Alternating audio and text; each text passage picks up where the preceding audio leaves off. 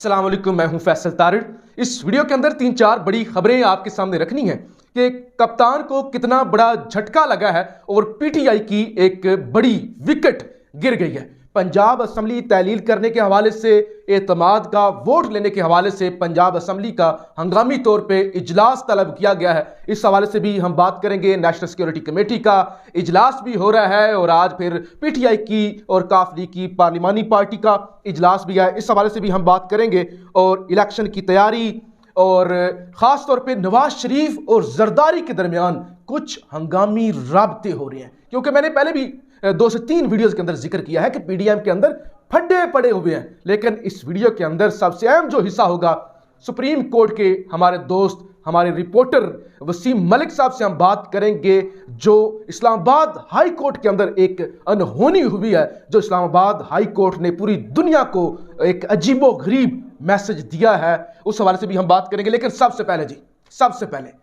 इस वक्त खान को माइनस करने के लिए हर तरह से जोर लगाया जा रहा है। किसी भी तरीके से इस शख्स को माइनस करना है। करैक्टर असैसिनेशन तो हो ही रही है ना, वो तो दिन रात हो रही है, बदनाम करने की कोशिश हो रही है। तो कल खान ने फिर तंग आके कह ही दिया कि हाँ मैं प्ले बॉय था, कर लो जो करना है। तुम बदनाम कर रहे हो। अगर सियासत के अंदर मामलात करैक्टर पर आ गए हैं और इस तरह की बेहुदा चीजों पे आ गए तो मैं था प्ले बॉय, यानी बात यहां तक आ गई। लेकिन अब जैसे बलोचिस्तान के अंदर बाप पार्टी के एमपीएस को तोड़ लिया गया, पीटीआई का एमपीए तोड़ लिया गया, उधर कराची के अंदर एमक्यूएम को इकट्ठा किया जा रहा है और एमक्यूएम और पीपल्स पार्टी के अंदर भी वो ड्रामा शुरू हो चुका है। तो खान को झटके देने की कोशिश की जा रही है, पार्टी तोड़ने की कोशिश की जा रही है। तो खान की जो एक बड़ी विकेट गिरी है, पेशावर से पीटीआई के एमएनए और बड़े पेशावर के अंदर नामवर एमएनए हैं नासिर मूसा ज़ई साहब। नासिर मूसा ज़ई साहब पीटीआई का हिस्सा थे, एमएनए थे और बड़ी भारी अक्सरियत से पेशावर के अंदर वो जीते थे। और उनका अपना नासिर मूसा ज़ई साहब से मेरा ज़ाती ताल्लुक भी है, मुलाकातें भी हैं। तो उनका बड़ा एक वोट बैंक है पेशावर के अंदर। वो जनाब जमीयत उलमा इस्लाम, यानी ये फजलुर रहमान की जमात JUIF, उसके अंदर उन्होंने शिरकत कर ली है बाकायदा तौर पे। और ये एक बड़ा झटका है, यानी पेशावर के अंदर पहला झटका नूर आलम खान की शक्ल में कि वो लोटा बन गया। और अब ये जो दूसरा एमएनए था नासिर मूसा ज़ई, वो फजलुर रहमान की पार्टी में जा चुका है। तो ये यकीनी तौर पे पार्टी के अंदर जो एक आप वो पॉलिटिकल इंजीनियरिंग कर रहे हैं, जैसे बलोचिस्तान के अंदर हो रही है, जैसे ये सारे एमक्यूएम के धड़ों को इकट्ठा किया जा रहा है। तो इस वक्त बाकायदा एक वो जो कहते हैं ना कि हम न्यूट्रल हैं, हम गैर सियासी हैं, तो किसी भी एंगल से ये जो एक्टिविटीज हो रही हैं उनसे नहीं लगता कि ये लोग गैर सियासी हैं।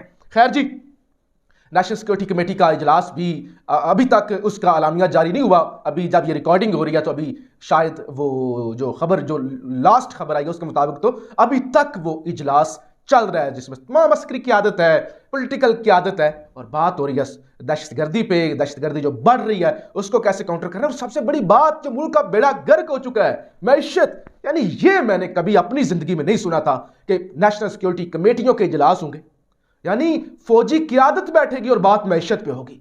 दहशतगर्दी पे तो हमने बहुत कुछ होते देखा, लेकिन ये एक अलग ही जो सुगातें मुसल्लत की थी, जो जिस तरह से उन्होंने मुल्क का बेड़ा गर्क कर दिया है, तो अब बात यहां तक आ चुकी है। अब जी, आज काफ लीग और पीटीआई की पार्लिमानी पार्टी का इजलास भी हो रहा है। लेकिन उससे पहले एक बड़ा सरप्राइज दिया गया है कि यानी स्पीकर सब्तैन खान, जो कि पंजाब असम्बली के स्पीकर हैं, उन्होंने 11 जनवरी को जो लाहौर हाई कोर्ट की डेट भी थी उस दिन, तब उन्होंने एतमाद का वोट लेने के लिए या पंजाब असम्बली का इजलास तलब किया था। आज अचानक 11 के बजाय उन्होंने 9 जनवरी को पंजाब असम्बली का इजलास तलब कर लिया है। तो ये एक बड़ा इशारा है कि ये बड़ी जल्दी के साथ खान साहब एतमाद के वोट वाला सारी चीज़ें पूरी करके, हालांकि उसके पीछे भी खान साहब ने कहा कि ताकतवर जो हल्के हैं वो हमारे 3 एमपीएस को कह चुकी हैं कि आप न्यूट्रल हो जाएं, खान पॉपुलर नहीं है, माइनस हो जाएगा। तो अब यानी 11 से 9 की तरफ मामला लेके आना, यानी जल्दी की तरफ लेके आना, तो लगता है कि खान फौरी तौर पर फिर असम्बलियां तहलील करने की तरफ जाएगा।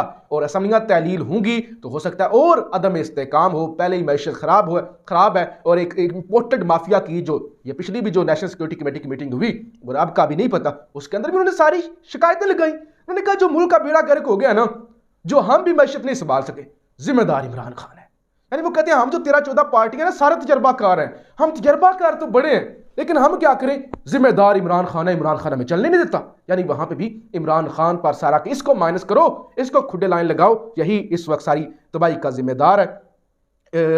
इसके अलावा जनाब MQM आप दोबारा ब्लैकमेल कर रही है और वो कहते हैं कराची के अंदर हमारा एडमिनिस्ट्रेटर होगा, हैदराबाद के अंदर होगा। उधर पीपल्स पार्टी कहती है कि हमारा जियाला जो है वो मेयर होगा कराची का। और फिर मैंने इससे पहले वाली वीडियो के अंदर बड़ी तफसील से बात की किस तरह से पीपल्स पार्टी के सिंध के कारकुन पीपल्स पार्टी से नाराज हैं कि जिस जमात के खिलाफ थे, हम MQM के खिलाफ थे, उसी के साथ हमारा इत्तेहाद है, हमने काम करवाए हैं, क्रेडिट MQM ले रही है। तो इधर MQM जो है वो शिकवे कर रही है, जी हम साथ छोड़ देंगे, हमारे वादे पूरे नहीं किए। और अब जनाब नून लीग का एक हुकूमती वफ्द कराची पहुंचा है जो जरदारी पीपल्स पार्टी और MQM को मिलाने की कोशिश कर रहा है, यानी वो ब्लैकमेल कर रहे हैं। और वहां फिर लंदन से नवाज शरीफ की जानब से बड़ा हंगामी तौर पे जरदारी के साथ राब्ता किया गया कि आप अब कुछ करें। तो लिहाजा जी अब हम बात करते हैं इस्लामाबाद हाई कोर्ट। जनाब बड़ा अजीबोगरीब वाकया हो गया, बड़ा अजीबोगरीब। यानी इमरान खान ने मजिस्ट्रेट ज़ेबा चौधरी के बारे में सिर्फ 2 लाइनें बोली थी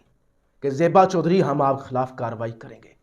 तौहीन अदालत के 3 मुकदमात चल गए, इंसदाद दहशतगर्दी की अदालत, इस्लामाबाद हाई कोर्ट के अंदर वो फर्द जुर्म आयद करने की, फिर वो खान माफिया मांगता फिरा। लेकिन इस्लामाबाद हाई कोर्ट यानी एक बहुत बड़ी अदालत, उन्होंने कहा 31 दिसंबर को इलेक्शन करवाएं। हुकूमत ने भी नहीं करवाए, इलेक्शन कमीशन जिनका काम होता है इलेक्शन करवाना, उन्होंने भी नहीं करवाए। बहुत बड़ी, मैं समझता तारीख की एक बड़ी तौहीन अदालत हुई। लेकिन इस्लामाबाद हाई कोर्ट के कान पर जूं तक नहीं रेंगी। वसीम मलिक साहब हमारे साथ मौजूद हैं, आज सारा दिन ये इस्लामाबाद हाई कोर्ट में थे, तो इनसे हम जानेंगे। ये कल तक तो इलेक्शन कमीशन खबरें आई थी कि इलेक्शन की तैयारी इस्लामाबाद के अंदर उन्होंने शुरू कर दिया, लेकिन अब ऐसा क्या मामला हुआ है कि बजाय इतनी बड़ी तौहीन हो गई मलिक साहब, और वो उस इस्लामाबाद हाई कोर्ट जो है वो हफ्ता मजीद केस आगे ले गई, उनको कोई फर्क ही नहीं पड़ा।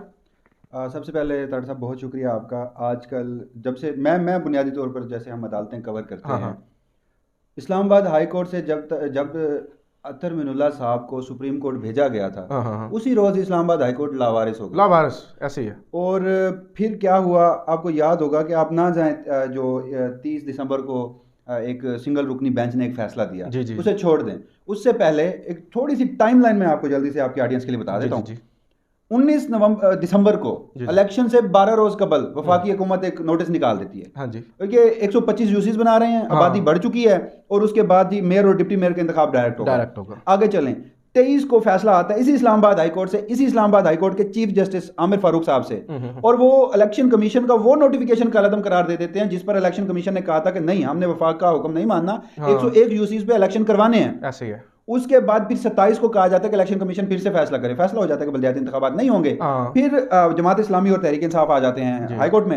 हाई कोर्ट में जब वो आते हैं तो 30 को एक फैसला आ जाता है, और उस फैसले में कहा जाता है कि 31 को ही इंतखाबात होंगे। ऐसे है, 31 को इंतखाबात नहीं हुए। अब फिर केस किसके पास लगा? उसी मोअज़्ज़ज़ जज के पास लगा।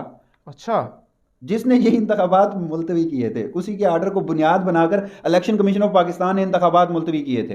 वरना आप 30 वाला आर्डर पढ़ लें, उसमें उन्होंने कैटेगोरिकली लिखा है जज साहब ने कि इलेक्शन कराए जाएं 31 को, और जो नया डेटा जिसकी बुनियाद पर आप कह रहे हैं कि आबादी बढ़ चुकी है और 125 यूसीज बनाई जाएंगी, उन्होंने कहा कि यह डेटा भी सही नहीं है। अच्छा, यानी कि अदालत ने खुद, इसी इस्लामाबाद हाई कोर्ट ने भी उस डेटे के ऊपर सवाल उठा दिया, या उस बुनियाद के ऊपर सवाल उठा दिया जिसको बुनियाद बनाकर इलेक्शन मुलतवी किए गए थे।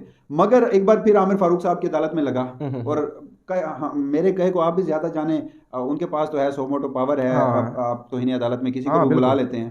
तो खैर बात इस पे मजीद मैं क्या करूं।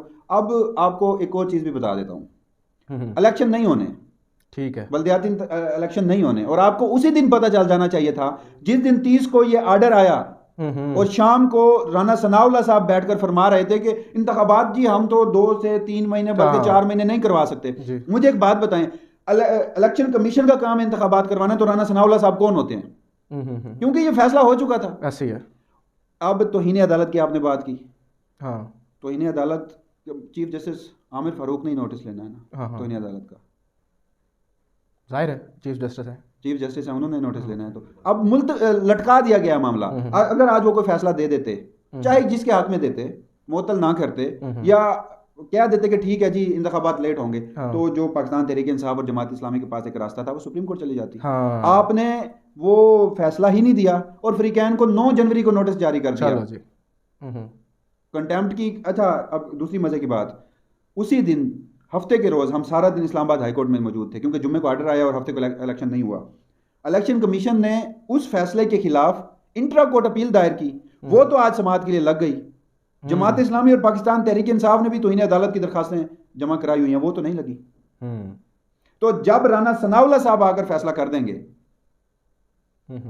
और फिर मजे की बात, कहा गया कि हम डायरेक्शन नहीं देते इलेक्शन कमीशन ऑफ पाकिस्तान को। इलेक्शन कमीशन ऑफ पाकिस्तान एक ऑटोनोमस बॉडी है, आप डायरेक्शन नहीं दे सकते।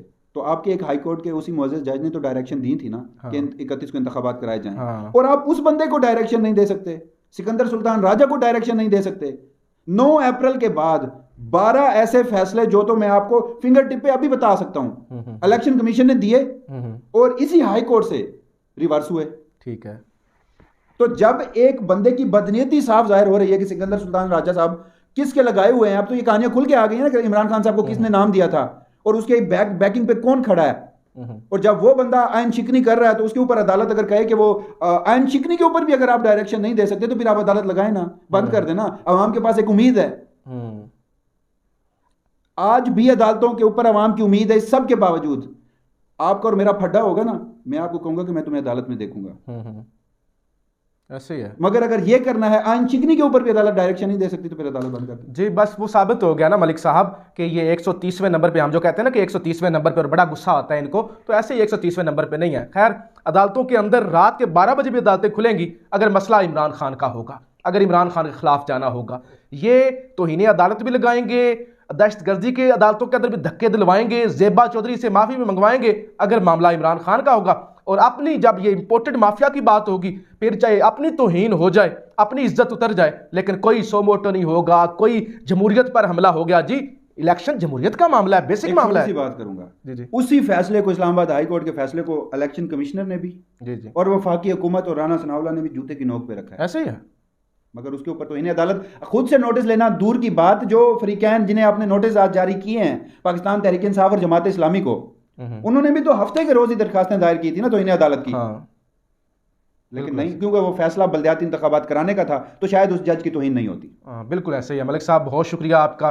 तो ये जी मामला है, तमाम पाकिस्तानी देख रहे हैं कि इस मुल्क के अंदर क्या हो रहा है। जमहूरियत का मजाक, आइन का, कानून का, पाकिस्तानियों का मजाक उड़ रहा है। आप राय का इजहार जरूर कीजिएगा। पाकिस्तान जिंदाबाद।